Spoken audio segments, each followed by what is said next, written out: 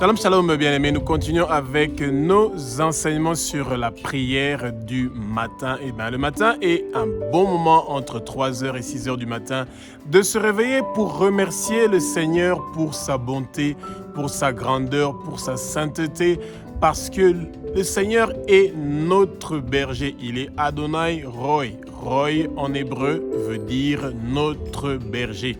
Un berger, quand sa brebis est en train de dormir, le berger reste éveillé. Et celui qui est le berger, c'est Dieu. Dieu ne dort pas. Jésus ne dort pas. Il est toujours réveillé, 24 heures sur 24. Nous avons besoin du sommeil, nous avons besoin du repos. Mais notre berger est celui qui ne dort pas. Est-ce que nos pasteurs sont nos bergers? Non.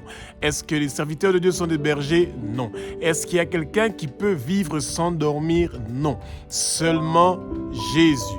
Dieu est capable de ne pas dormir parce qu'il sait qu'il doit veiller sur ses brebis nuit et jour. Parce que, rappelez-vous, bien-aimés, qu'il y a celui qui vient pour nous accuser nuit et jour devant le Père. Il s'appelle le Satan. Mais parce que nous sommes les brebis de Jésus-Christ de Nazareth qui est notre berger, ils ne peuvent rien contre nous, bien-aimés. Et c'est pour ça que nous devons dormir avec toute assurance et nous savons que nous allons nous réveiller. Pourquoi? Parce que notre berger est là et il est en train de nous protéger, bien-aimés.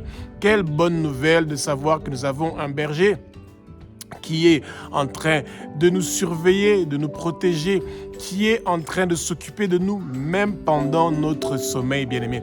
Que le Saint-Esprit prenne le contrôle de ma bouche, que ce que je veux dire ne sont pas des paroles qui viennent de moi, mais que ce sont des paroles qui sont inspirées par le Saint-Esprit et que les écailles tombent et que nos yeux s'ouvrent. Nous allons connaître la vérité et la vérité va nous affranchir, bien-aimés. Et c'est pour ça que, comme c'est écrit dans Actes chapitre 2 du verset 1 au verset 4, que le vent impétueux du Saint-Esprit commence à souffler en nous, qui commence à souffler dans le lieu où nous sommes pour que nous soyons remplis du Saint-Esprit et que tout esprit qui vient du monde de ténèbres s'éloigne de nous dès que nous sommes réveillés.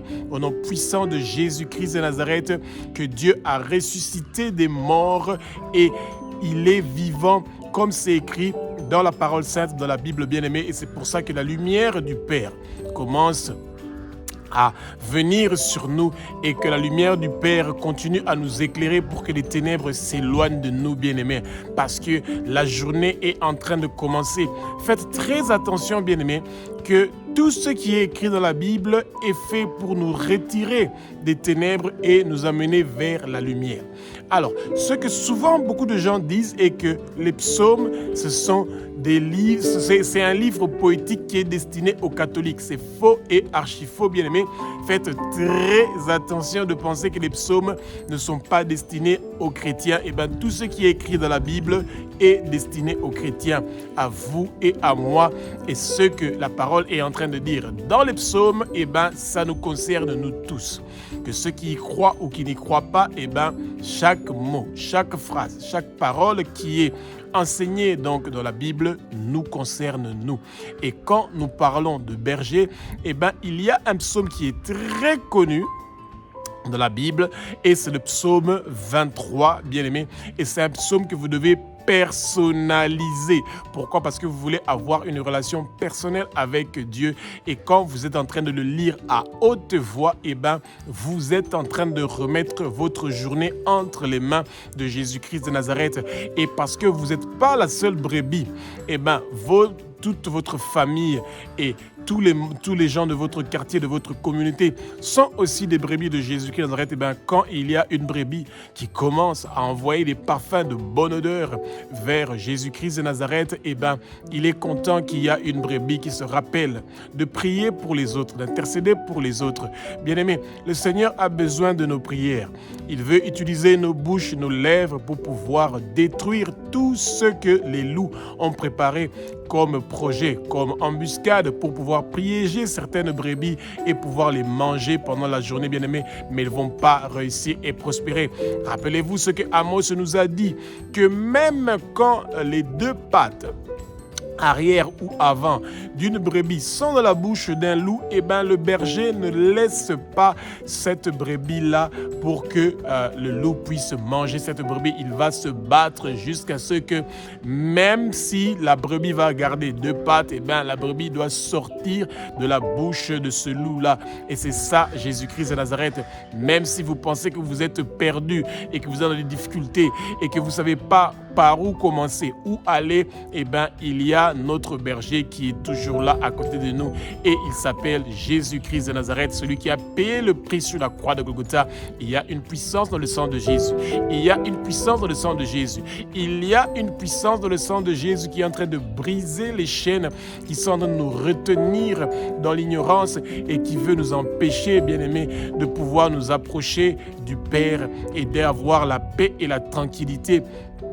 Et c'est pour ça que celui qui est la porte, qui s'appelle Jésus-Christ de Nazareth, bien-aimé, eh bien, il est là pour vous et pour moi, dans toutes les circonstances et dans toutes choses que nous sommes en train d'entreprendre. Bien-aimé, quand la journée commence et que vous êtes en train de prier, vous faites vos actions de grâce, vous parlez de la bonté de Dieu, vous parlez de sa grandeur, vous parlez de sa sainteté, eh bien, vous êtes devant le trône du Père. Et Psaume chapitre 23 au verset 1 nous dit « L'Éternel est mon berger, je ne manquerai de rien ». Et bien aimé, quand vous dites cette phrase-là le matin, ça veut dire que Jésus est en train de couvrir tous vos besoins. Vous le faites confiance. L'Éternel est le berger de vos enfants. L'Éternel est le berger de votre femme et de votre mari et de votre communauté, de votre église.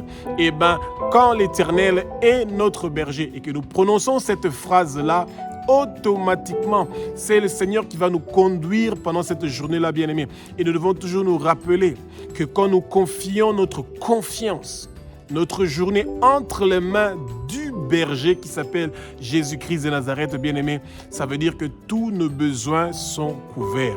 C'est une alliance que le Seigneur fait avec nous, d'être notre berger. Et quand nous nous reconnaissons qu'il est notre berger, bien-aimé, eh ben, nous allons manquer de rien. Même si nous pensons que nous n'avons pas de quoi boire et manger, nous avons des problèmes de finances, nous avons différentes sortes de problèmes, bien-aimés, eh ben, ne soyez pas dans la crainte, dans la peur, dans l'inquiétude, parce que quand on est avec le bon berger, on ne manque de rien. Ce berger-là est en train de s'occuper de nous, nuit et jour. Et ouvrons notre bouche, approchons-nous avec toute assurance devant notre berger pour lui dire nos besoins, ce que nous pensons et chaque chose qui nous inquiète, chaque joie que nous avons, eh bien, nous devons le dire à notre berger et qui est prêt à pouvoir faire le nécessaire pour nous. Bien-aimés, le peuple de Dieu doit se rappeler que quand nous disons au Seigneur le matin, quand nous nous réveillons, Jésus, je ne manquerai de rien. Eh bien, cette parole-là est une parole puissante qui part dans le monde spirituel pour préparer votre journée, pour que vous ne puissiez manquer de rien, bien-aimés. Et soyez rassurés, bien-aimés, vous n'allez pas mourir, vous allez vivre et déclarer les œuvres de l'Éternel des armées. Parce que vos années sur terre sont prolongées et multipliées, eh bien, vos ennemis seront très étonnés de savoir que peu importe les embuscades, les obstacles, les blocages qu'ils ont préparés contre vous, rien de tout ce qu'ils ont prévu contre vous ne va réussir et prospérer parce que le Seigneur pourvoit à vos besoins pour qu'eux, ils ne puissent pas avoir le dessus sur vous. Tout accident qui est préparé contre vous ne va pas réussir et prospérer. Tout empoisonnement de votre boisson, de votre nourriture ne va pas réussir et prospérer. Tout ce que le Satan avait bloqué pour cette journée d'aujourd'hui ou dans l'avenir, tout cela est débloqué maintenant. Au nom puissant de Jésus-Christ de Nazareth, bien-aimés, rappelez-vous que le Seigneur veut que vous soyez en bonne santé, que vous soyez dans des bonnes conditions. C'est pour ça que toute maladie et toute infirmité que le monde de ténèbres a prévu pendant votre sommeil ou dans l'avenir, ils ne vont pas réussir et prospérer. Toute arme forgée contre vous ne va pas réussir et prospérer parce que Jésus-Christ de Nazareth est votre berger. Vous ne manquerez de rien. Il n'y a aucune maladie qui va vous terrifier. Il n'y a aucune mort qui est préparée contre vous qui va réussir. La mort prématurée ne sera pas votre témoignage. tout ce que le monde de ténèbres a préparé dans leur agenda, dans leur plan, dans leur chemin contre vous et contre votre famille, cela ne va pas réussir et prospérer. Et quand vous prononcez ces paroles-là, tôt le matin, quand vous vous réveillez, votre journée est préparée, bien-aimés. Et ne priez pas seulement pour vous-même, priez pour votre famille, priez pour votre communauté, pour votre quartier, pour votre église. Vous avez le pouvoir, vous avez la puissance, la flamme, le feu du Saint-Esprit qui doit vous inspirer pour que vous puissiez dire les bonnes paroles que le Seigneur va utiliser pour détruire le travail que le monde de ténèbres a fait contre vous et contre votre famille au nom puissant de Jésus-Christ de Nazareth. Psaume chapitre 23 au verset 2. Jésus nous conduit vers un pâturage qui est vert. Il nous conduit vers un lieu de repos. Il nous conduit où il y a de l'eau pure, de l'eau claire. Il pourvoit à notre nourriture physique et spirituelle, bien aimé. Et c'est pour ça que quand vous commencez la journée, en étudiant la parole, en lisant la Bible, quelques minutes pour écouter la voix de notre berger, la voix du Père. La Bible n'est pas un livre comme tous les autres livres. La Bible est la voix de Dieu. Quand vous lisez la Bible à haute voix, vous entendez la voix du Père. Et la voix du Père nous emmène vers le repos, vers le bon pâturage. Et toutes les pensées sombres, les idées sombres que le monde de ténèbres va mettre dans votre tête pour dire que vous êtes perdu. Bien-aimés, ne croyez pas à ces mensonges-là. Ce sont des mensonges. La parole nous dit, c'est une promesse que le Seigneur nous fait. C'est une alliance que le Seigneur a avec nous d'être notre berger. Il nous dit qu'il nous conduit vers des verts pâturages, vers de la nourriture qui est verte et vers la nourriture spirituelle. Le Seigneur nous stimule, nous pousse à étudier la parole et à la connaître pour connaître les promesses qu'il nous a fait, celui de nous emmener vers le bon pâturage, vers de l'eau qui est pure, qui est claire, qui est propre. Et c'est ça, le Seigneur veut que nous soyons dans la propreté. Le Seigneur veut que nous soyons dans la bonté. Le Seigneur veut que nous buvons de l'eau et que demain nous n'ayons pas soif. Quand vous avez bu de l'eau et que cette eau-là, c'est Jésus-Christ que nous avons bu, nous n'avons pas soif parce que c'est le Seigneur qui nous promet cela, bien-aimés. Et il nous promet de nous conduire vers un lieu de repos, un lieu où nous avons la paix. Que notre journée ne soit pas une journée de perturbation, mais que ce soit une journée de paix. Et bien-aimés, rappelons-nous de manger la nourriture spirituelle. Nous ne devons pas seulement nous soucier de la nourriture physique. Qu'est-ce que nos enfants vont boire et manger? Qu'est-ce que nous allons boire et manger? Nous allons déjeuner quoi? Nous allons faire quoi pour le lunch? Nous allons faire quoi pour le dîner du soir? Bien-aimés, de la même façon que nous pensons à la nourriture physique, nous devons penser à la nourriture spirituelle. Mais malheureusement, de nos jours, quand les gens se réveillent, ils commencent d'abord à parler au Seigneur, à demander les choses d'en bas au lieu de demander les choses d'en haut. Nous devons penser plus aux choses d'en haut, bien-aimés. Même si nous vivons sur terre, notre priorité doit être celui de demander les choses d'en haut. Et c'est ça que notre berger veut, que nous lui demandons de recevoir les choses d'en haut, la nourriture spirituelle, que nous puissions être protégés, bien-aimés, que le sang précieux de Jésus commence à nettoyer les chemins que nous allons prendre, bien-aimés, et que notre quartier, notre communauté soit lavé par le sang de Jésus, que le feu, la flamme du Saint-Esprit commence à brûler toute chose qui veut vous empêcher de recevoir la nourriture spirituelle. Comment nous pouvons penser à avoir une journée où nous n'allons pas boire et manger, bien-aimés? Et c'est la même chose quand vous pensez, vous commencez la journée et que vous ne priez pas, vous commencez la journée et que vous n'étudiez pas la parole, même pas 1 ou 2 versets ou 3, c'est triste de voir que nous prenons sur 24 heures, nous prenons 10 heures du temps en train de regarder les vidéos, de scroller les vidéos dans les réseaux sociaux, au lieu de prendre 1 ou 2 heures du temps ou plus de pouvoir étudier la parole qui est la nourriture spirituelle que notre berger veut que nous puissions assimiler, que nous puissions avoir cette flamme, ce feu du Saint-Esprit. quand nous sommes en train de manger la nourriture spirituelle, nous nous éloignons du péché, nous refusons le péché, nous nous repentons avec facilité. Bien-aimés, c'est vrai que nous sommes dans la grâce, mais faites très attention aux gens qui sont en train de mettre la grâce toujours devant, et ça veut dire fais le péché, tu es dans la grâce. Fais le péché, tu es dans la grâce. Fais le péché, tu es dans la grâce. Faites très attention, bien-aimés. Même si nous sommes dans la grâce, mais nous devons nous rappeler que nous ne devons pas vivre dans le péché. Nous devons vivre dans la sanctification, dans la sainteté, parce que Dieu est saint et il veut que nous soyons saints comme lui, il est saint. Psaume chapitre 23 au verset 3, Jésus est celui qui restaure notre âme. Notre âme est rafraîchie. Notre âme est renouvelée. Quand nous nous réveillons avec des inquiétudes, avec des pensées sombres et que nous ne savons pas comment nous allons faire, nous devons nous rappeler que le berger est en train de renouveler, de rafraîchir notre âme.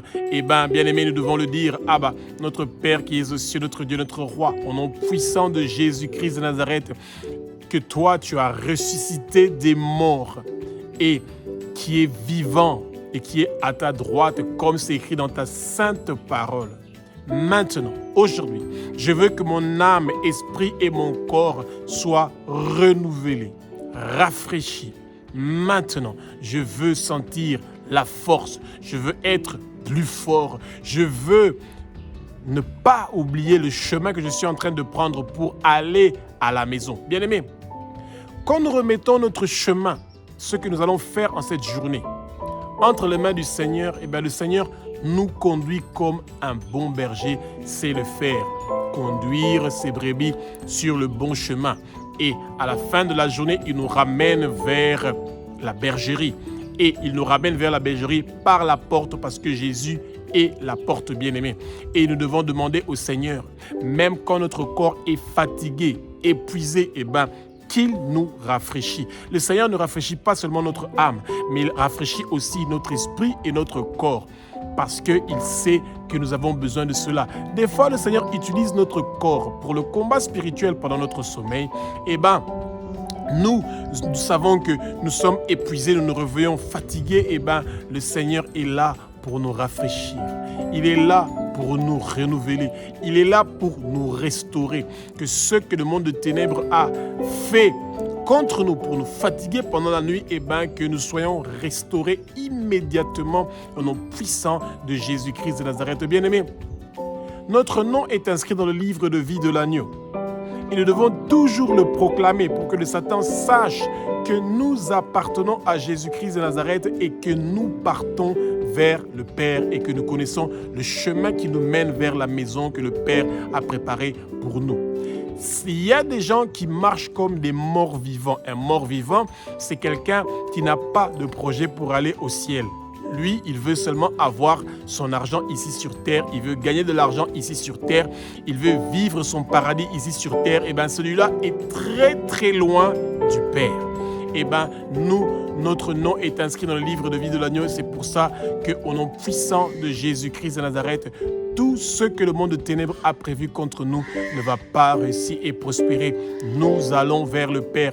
Nous connaissons le chemin, nous sommes en train de partir. Et bien aimés, quand nous remettons notre journée entre les mains du Seigneur, nous prenons les bonnes décisions.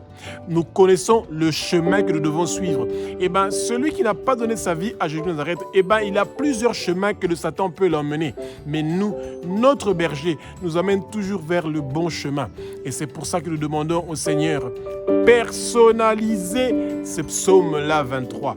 Et vous dites que tu es celui qui me donne les bonnes décisions à prendre. C'est ça que vous dites à Jésus. Donne-moi les bonnes décisions à prendre en cette journée d'aujourd'hui. Que ta volonté soit faite et non ma volonté. Bien-aimés, nous devons savoir comment nous devons faire confiance. Nous devons avoir la foi que Jésus est le bon berger qui nous conduit sur le bon chemin. Psaume chapitre 23 au verset 4, bien-aimés. Quand nous traversons l'ombre de la vallée de la mort, des fois nous avons la pression. Nous nous sentons en difficulté, ou nous sommes malades, ou nous avons quelque chose qui nous inquiète. Nous avons des soucis.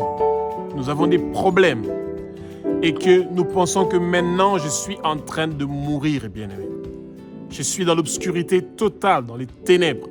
Nous devons nous rappeler que nous avons un berger qui s'appelle Jésus-Christ de Nazareth, le roi des rois, le Saint des seigneurs, et que sa lumière nous éclaire. Même si on nous avait mis dans le ventre d'un Léviathan, bien-aimé, rappelez-vous que Jonas, après 3 jours, on l'avait vomi. Eh bien, bien-aimé, que tous vos ennemis qui cherchent à vous mettre dans les ténèbres, qu'ils commencent à vous vomir maintenant au nom puissant de Jésus-Christ de Nazareth. Même quand nous traversons des difficultés, bien-aimés, certaines difficultés que le Seigneur permet que nous traversons, c'est parce qu'il veut que nous apprenions quelque chose. Son bâton nous apporte la discipline. Il n'y a aucun berger qui n'a pas de verge pour pouvoir demander à ses brebis de pouvoir retourner sur le bon chemin, bien-aimé.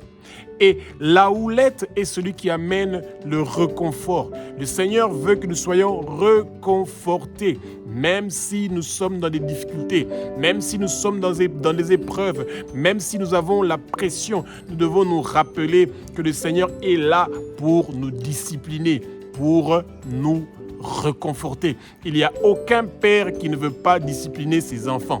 Et bien, comme Jésus est notre Père, et bien, il veut que nous restions sur le bon chemin. Et c'est pour ça que tôt le matin, nous demandons au Père qu'il nous garde sur le bon chemin, que son bâton et sa houlette soient avec nous pour que nous ne puissions pas perdre le chemin que nous sommes en train de prendre pour nous emmener vers le Père. Et bien aimé, remercions le Seigneur qu'il s'occupe de nous nuit et jour, bien-aimés. Il y a des gens qui n'ont personne pour leur dire que tu fais le mal et que tu dois arrêter de faire le mal, que tu devrais faire les bonnes choses. Et là, ils sentent le pouvoir de la liberté, de faire tout ce qu'ils veulent, bien-aimés, et qui sont en train de s'enfoncer dans le mal, dans le péché, dans l'amour de leurs désirs, dans leur volonté, dans les choses qu'eux-mêmes veulent. Et ça amène des troubles et des problèmes dans leur vie. Mais nous, ça ne sera pas notre cas au nom puissant de Jésus-Christ de Nazareth. Psaume chapitre 23 au verset 5. Bien-aimés, nous devons toujours nous rappeler quelque chose. Quand le Seigneur nous garde en vie et il est en train de combattre pour nous, c'est parce qu'il veut que nous soyons à sa table, qu'il soit en train de nous servir comme dans un banquet. Il nous sert de quoi manger et de quoi boire. Et il nous sert devant nos ennemis, devant nos adversaires. Quand vos adversaires vont voir que vous êtes réveillés, vous avez porté vos habits, vous êtes bien parfumés et vous entrez dans votre voiture, vous partez à votre travail, bien-aimés, ils vont se poser la question de savoir qu'est-ce qui ne va pas. On a déjà tout fait, on a maudit, on a parlé, on a dit des malédictions. Mais dans tout ce que nous avons dit et fait, eh ben, il n'y a rien qui se passe contre lui. Qu'est-ce qui fait pour que tout ce que nous sommes en train de faire contre lui ne marche pas? Eh bien, ils vont savoir qu'ils ne peuvent pas vous toucher parce que à votre oreille droite, à votre pouce droit, à votre orteil droit, eh bien, c'est marqué par le sang précieux de Jésus.